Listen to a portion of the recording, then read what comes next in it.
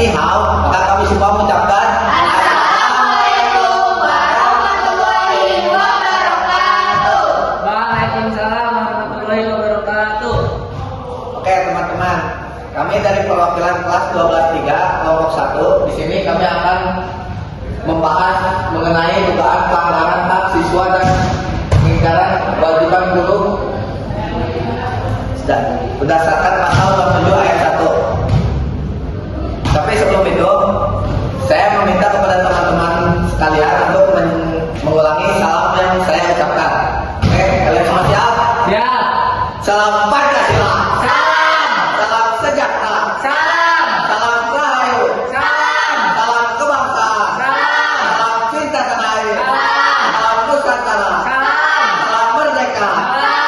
Salam Bhinneka Tunggal Ika. Salam inspirasi. Salam semangat. Salam Indonesia maju. Salam dari Binjai. Binjai. Oke teman-teman, langsung saja kita sebelum itu kita perkenalan dulu nih teman-teman. Karena ada patah tak kenal maka tak sayang. Langsung saja kita ke perkenalan anggota kelompok. Oke teman-teman, anggota kelompoknya yaitu ada saya sendiri, Naufal Anjansa, dan rekan saya. Aura Suciaulia, aku Serwi, aku Dede, aku Fahira. Oke teman-teman, sebelum ke materinya, mari kita simak dulu videonya. Sebelum melapor ke polisi, ibu guru dan wali murid sempat klarifikasi di lapangan di hadapan siswa. Namun sayang diduga klarifikasi permintaan maaf deklok sehingga wali murid melapor ke polisi.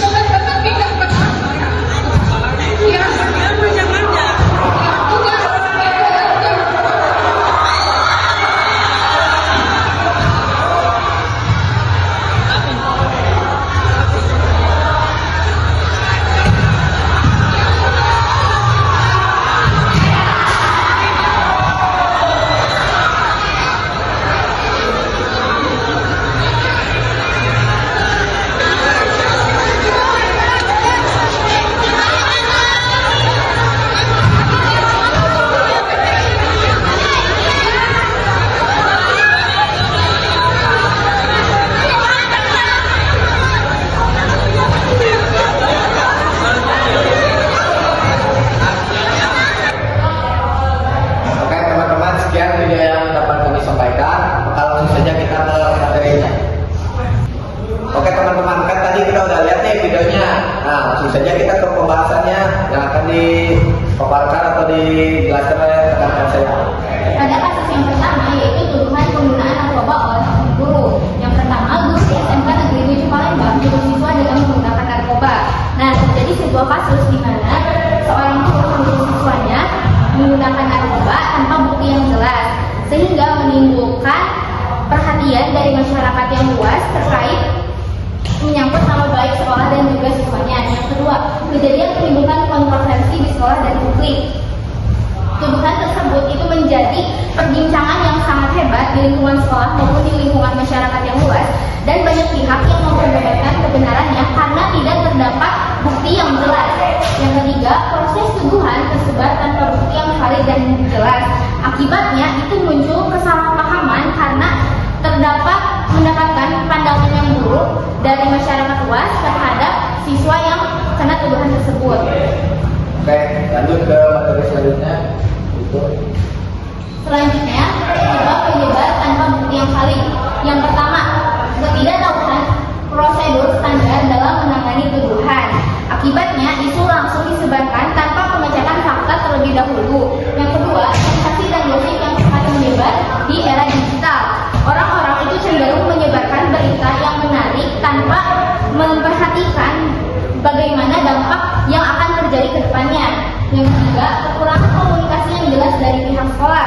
Seperti pada video, pihak sekolah itu kurang memberikan penjelasan ataupun klarifikasi terhadap masyarakat yang luas, sehingga menimbulkan perbincangan dari masyarakat luas.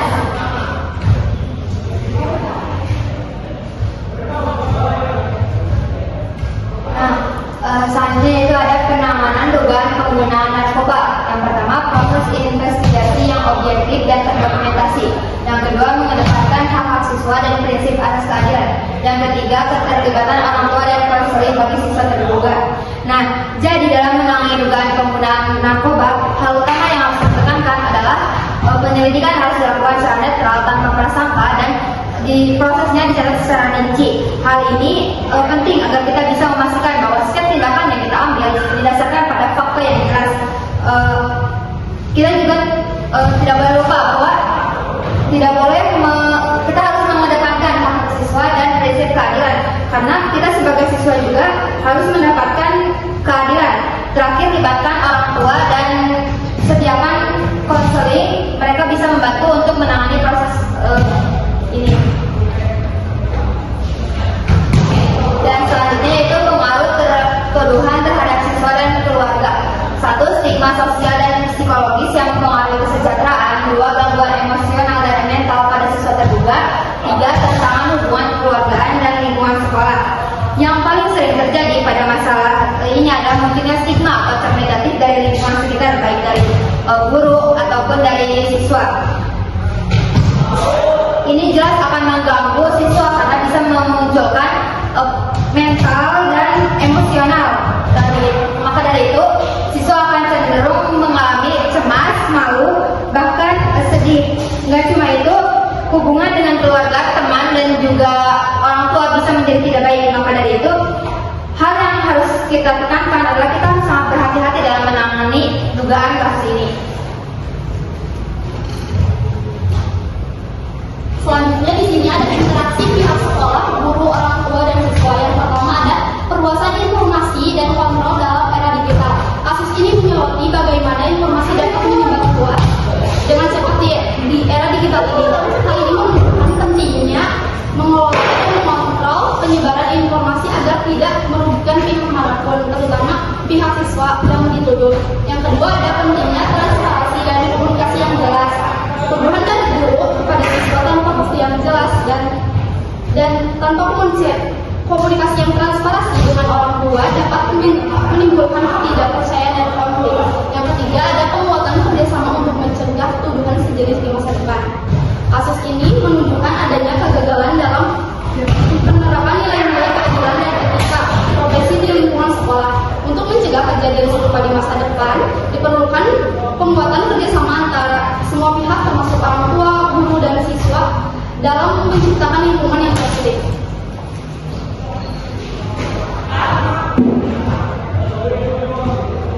Oke, tanggapan dan pandangan dari berbagai pihak. Yang pertama, pertimbangan hukum terhadap tuduhan tanpa bukti yang kuat. Dan yang kedua, perlindungan hak siswa dan guru dalam proses hukum. Yang ketiga, pemahaman dan penetapan kewajiban moral dalam kasus serupa. Oke teman-teman, dalam membahas suatu isu, penting untuk mempertimbangkan berbagai perspektif. Itu menjadi landasan utama, di mana tuduhan harus didasarkan dengan bukti yang kuat supaya menjamin keadilan. Selain itu, perlindungan hak setiap individu termasuk guru, siswa, dan berbagai pihak yang terlibat dalam kasus ini juga tidak boleh diabaikan.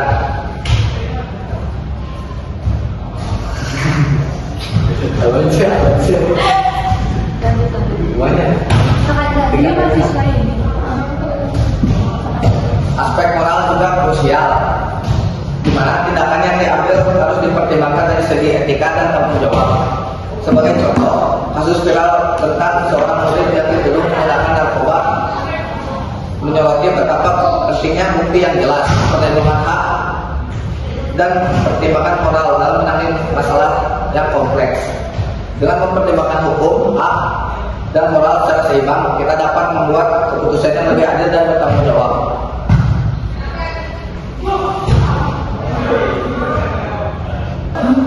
Nah teman-teman, ada juga pandangan dari kelompok kami menegaskan bahwa kasus ini mencerminkan lemahnya penerapan nilai-nilai keadilan, etika profesi, dan perlindungan anak di lingkungan sekolah.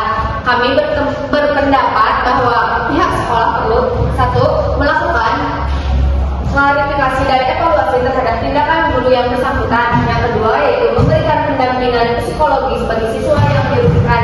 Yang ketiga, menyusun kembali prosedur penanganan kasus internal agar sesuai dengan hukum, etika, dan perlindungan anak.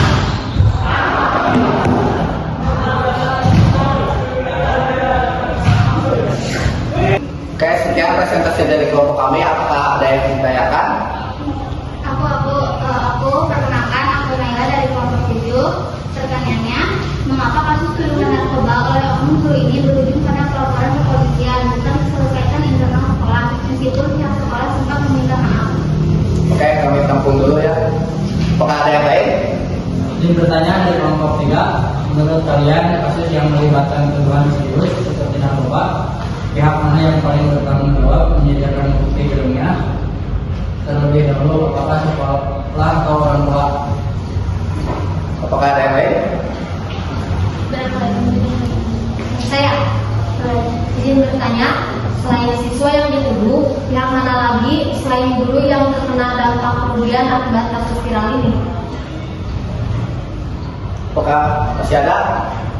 Aku mau nanya, aku pindah dari kelompok 3. Izin bertanya, tindakan apa yang seharusnya dilakukan oleh sekolah segera setelah tuduhan itu muncul untuk melindungi siswa dan sekolah dari dampak hukum? Terima kasih.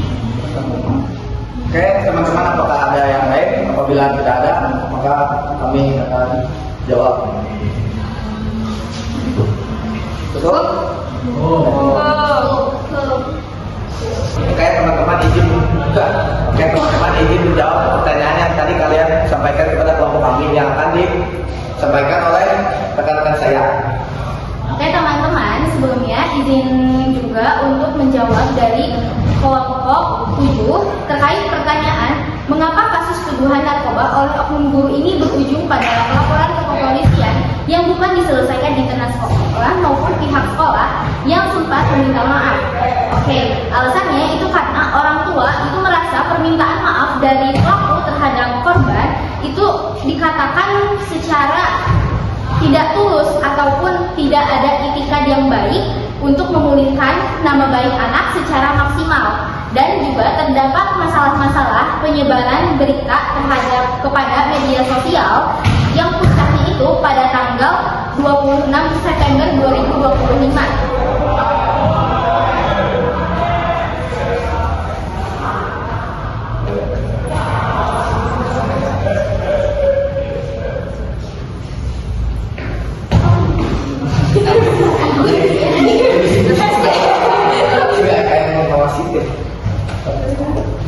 Izin menjawabnya dari kelompok 7. Pertanyaannya itu, selain siswa yang dituduh, pihak mana lagi yang terkena dampak kerugian akibat kasus viral ini? Selain siswa yang dituduh, pihak lain yang juga terkena dampaknya adalah SMK 7 Palembang secara keseluruhan. Reputasi sekolah ikut tercoreng karena kasus ini menjadi viral di media. Selain itu, guru-guru lain juga terdampak karena suasana belajar menjadi terganggu.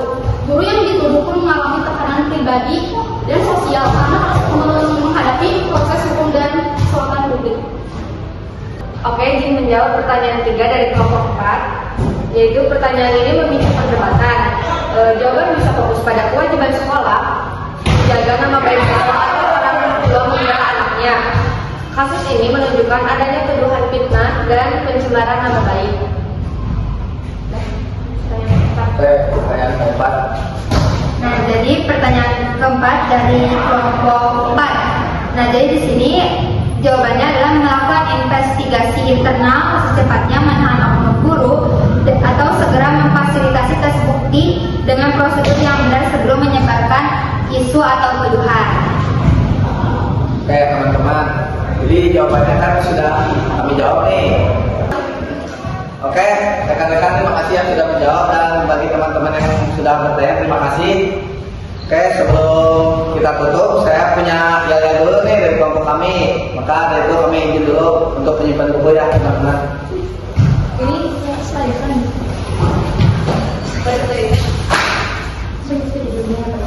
Next slide. Ini next slide. Ya, next slide. Next slide enggak? Next slide enggak? Nanti kan Oke teman-teman, kita kasih contoh dulu. Habis kita kasih contoh, mohon untuk diikuti ya teman-teman. Oke?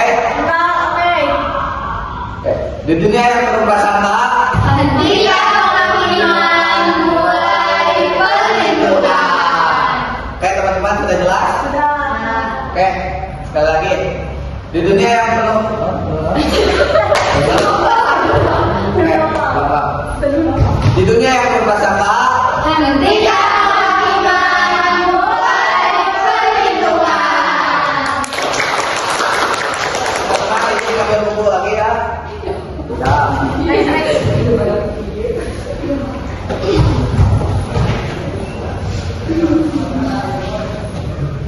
Teman-teman, maaf jika presentasi kami kurang sempurna, karena yang sempurna hanyalah kita yang pernah bersama.